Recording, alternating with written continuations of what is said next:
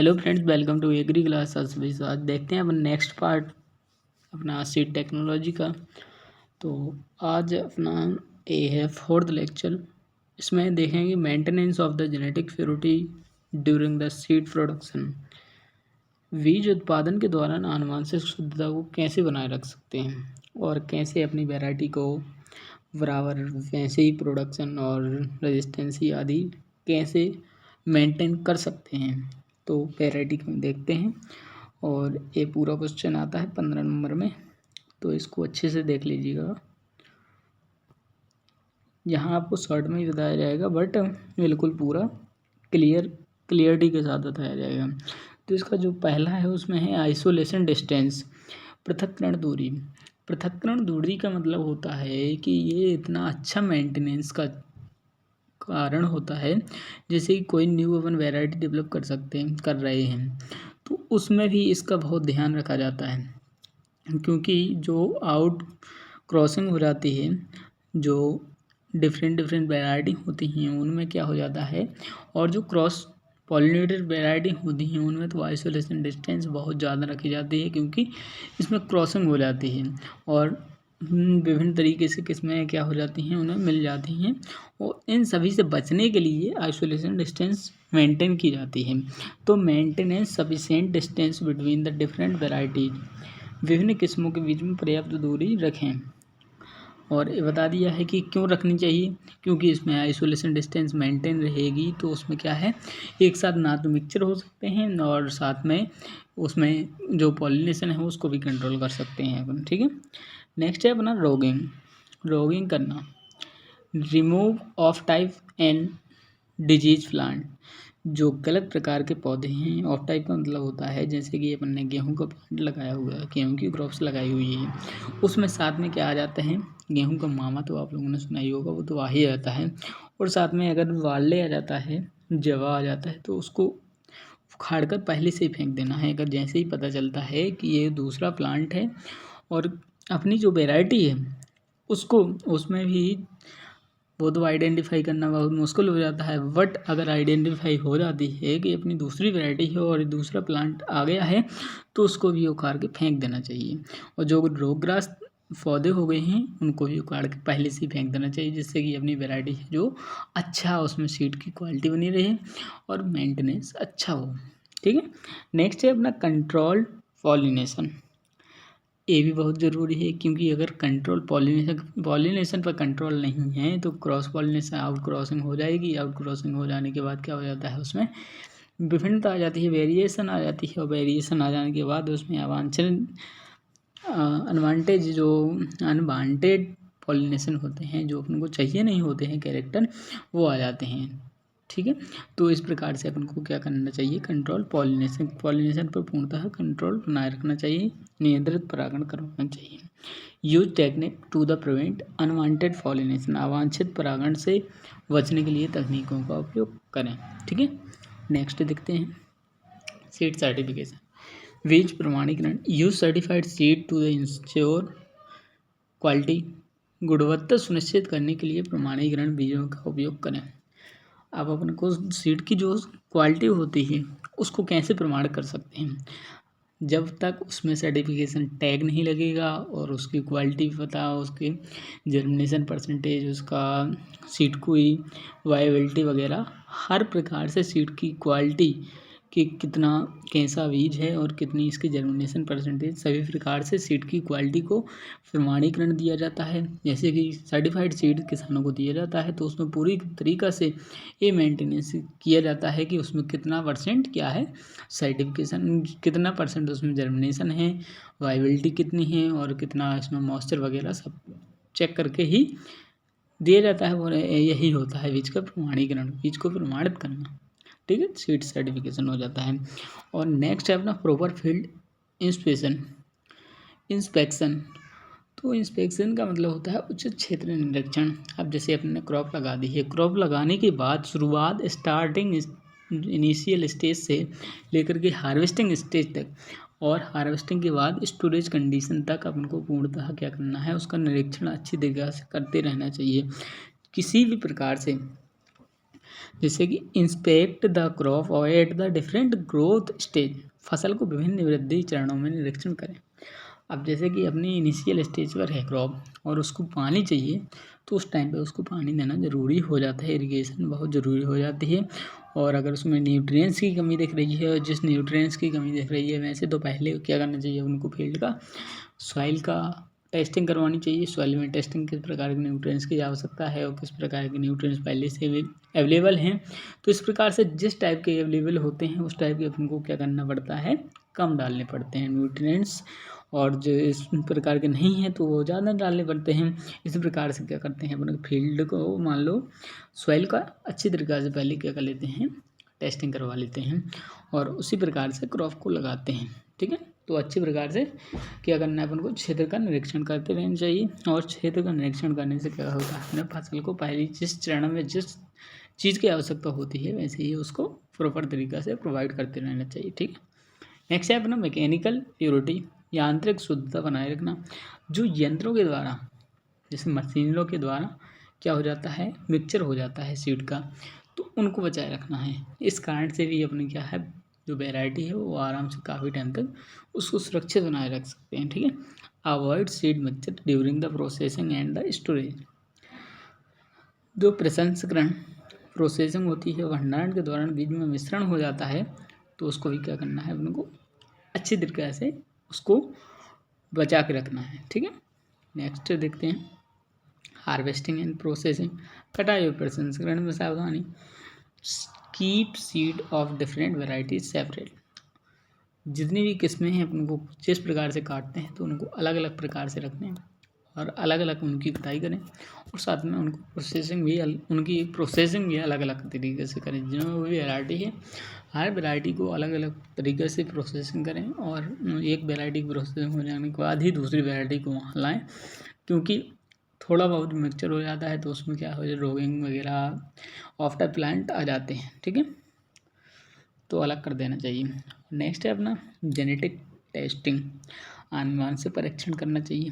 Conduct lab testing और the genetic purity, आनुवंशिक शुद्धता की जांच के लिए प्रयोगशाला परीक्षण करें। अब उसमें क्या कहते हैं, जेनेटिक प्योरिटी देखते हैं कि कितनी जेनेटिक प्योरिटी है और कितनी हमको चाहिए होती है, तो उस प्रकार से पूरी तरीके से इसका निरीक्षण करते हैं और लैब टेस्टिंग करते हैं। नेक्स्ट है अपना प्रॉपर स्टोरेज कंडीशन, उचित भंडारण स्थिति। Store seed under the ideal condition, बीजों को उचित परिस्थितियों में संग्रहित करें। अब जितने भी अपने सीड हैं, जो भी सीड हैं या जो भी अपना हाइब्रिड सीड है, जो भी है, तो उनको अच्छी तरीके से क्या करना है, प्रॉपर तरीके से स्टोरेज कंडीशन देनी है, और स्टोरेज का जितना टेम्परेचर चाहिए होता है वो प्रॉपर तरीके से टेम्परेचर प्रोवाइड करना है, वेंटिलेशन प्रोवाइड करना है, और उसमें आराम से क्या करना है, लाइट प्रोवाइड करनी है। तो हर प्रकार से जो सीड को चाहिए है वो उतना प्रॉपर तरीके से प्रोवाइड करना चाहिए। ऐसा ही अपना क्या है, स्टोरेज होनी चाहिए, उचित भंडारण की व्यवस्था होनी चाहिए। ठीक है, नेक्स्ट देखते हैं आप use of the resistant variety, प्रतिरोधी किस्मों का चयन करें। Select variety resistant to the pest and disease, pest and disease वाली जो वेराइटी, रेजिस्टेंस वाली वेराइटी होती, प्रतिरोधी वाली किस्में होती हैं, उनको सिलेक्ट करें। जिस कारण से क्या होता है, अपने पास जो वेराइटी होती हैं उनको सिलेक्ट करते हैं, इनमें कीट और रोगों से बचने की पूर्णतः सुरक्षा होती है, प्रतिरोधी होती हैं। इस कारण से ऐसी वेराइटियों को सिलेक्ट करते हैं और प्रॉपर तरीके से इनका क्या करते हैं, स्टोरेज करते हैं। तो इस प्रकार से ये हो गया, अपने इस प्रकार से अपनी वेराइटी को अपने बचा सकते हैं। ठीक है, नेक्स्ट देखते हैं अपन सीड की क्वालिटी को। नेक्स्ट है अपना सीड क्वालिटी क्या होती है, तो इंग्लिश में डेफिनेशन है इसकी, seed quality means how good a seed is for the growing a healthy crops.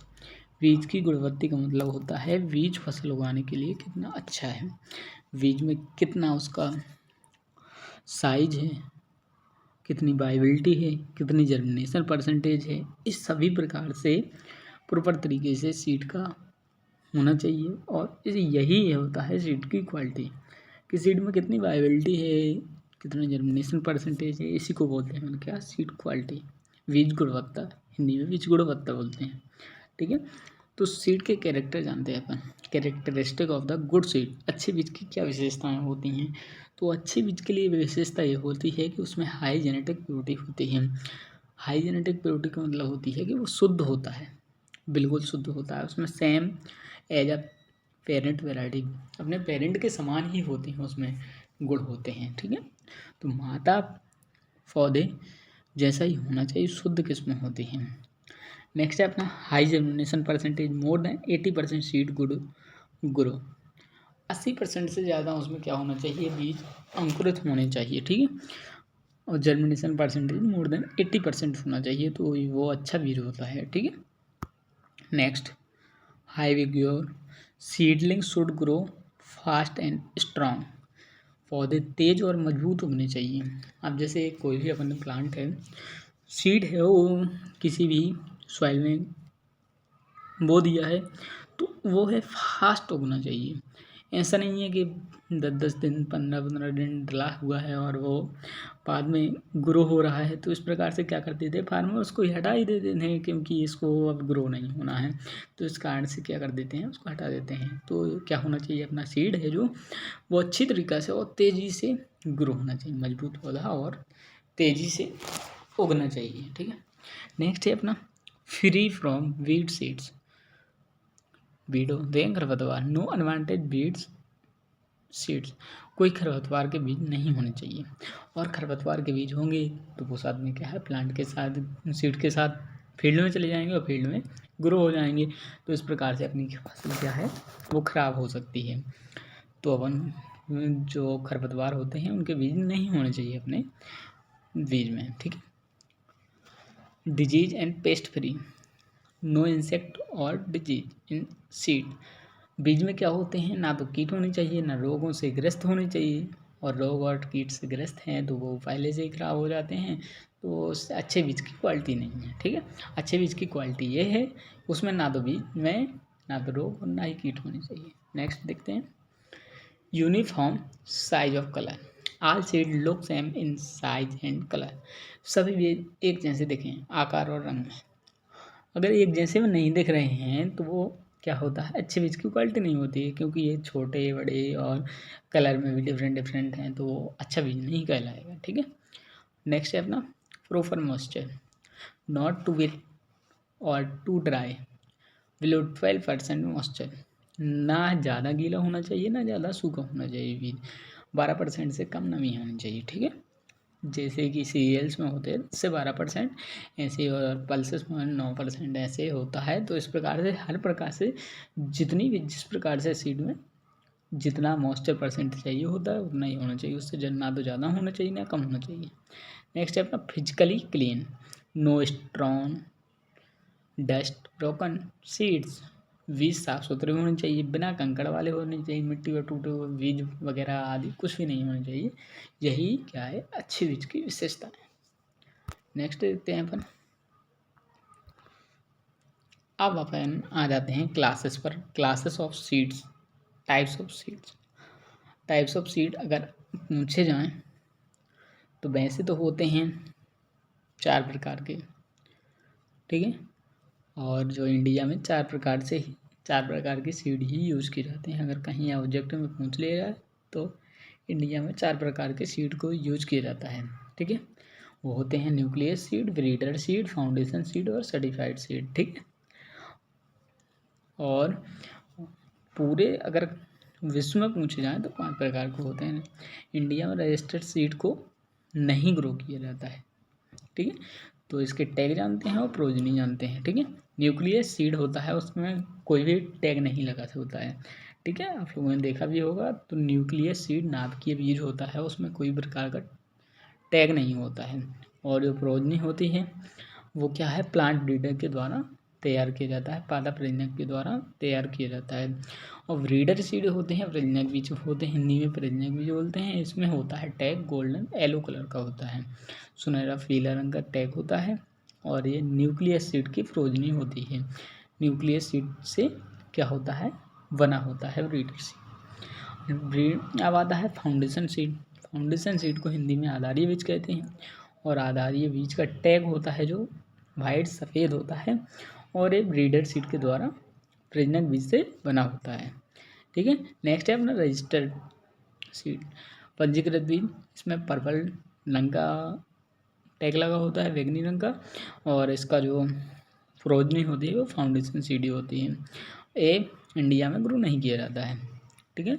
तो ये इसको इंडिया में मान लो नहीं लिया जाता है और ना ही ये श्रेणी में आता है, इंडिया की श्रेणी में नहीं आता है। ठीक है। तो नेक्स्ट है अपना सर्टिफाइड सीड, प्रमाणित बीज। ब्लू रंग का इसमें टैग लगा होता है, नीला टैग होता है, और फाउंडेशन सीड की क्या होती है, प्रोजनी होती है, और ये किसानों को प्रोवाइड किया जाता है। नेक्स्ट है अपना ट्रूथफुल सीड। इसमें ओपल हरा रंग का टैग होता है और सर्टिफाइड सीड का प्रोजनी होती है, किसानों के द्वारा तैयार किया जाता है। जैसे कि सर्टिफाइड सीड होता है, सर्टिफाइड सीड उसने किसान फार्मर ने ग्रो किया और उसी के द्वारा क्या कर लेते हैं, वो अपना सीड बनाते हैं, तो उसको ही बोलते हैं अपन क्या, ट्रूथफुल सीड। तो ये आज का लेक्चर हो गया अपना। Thanks for watching, please subscribe this channel. Thank you so much.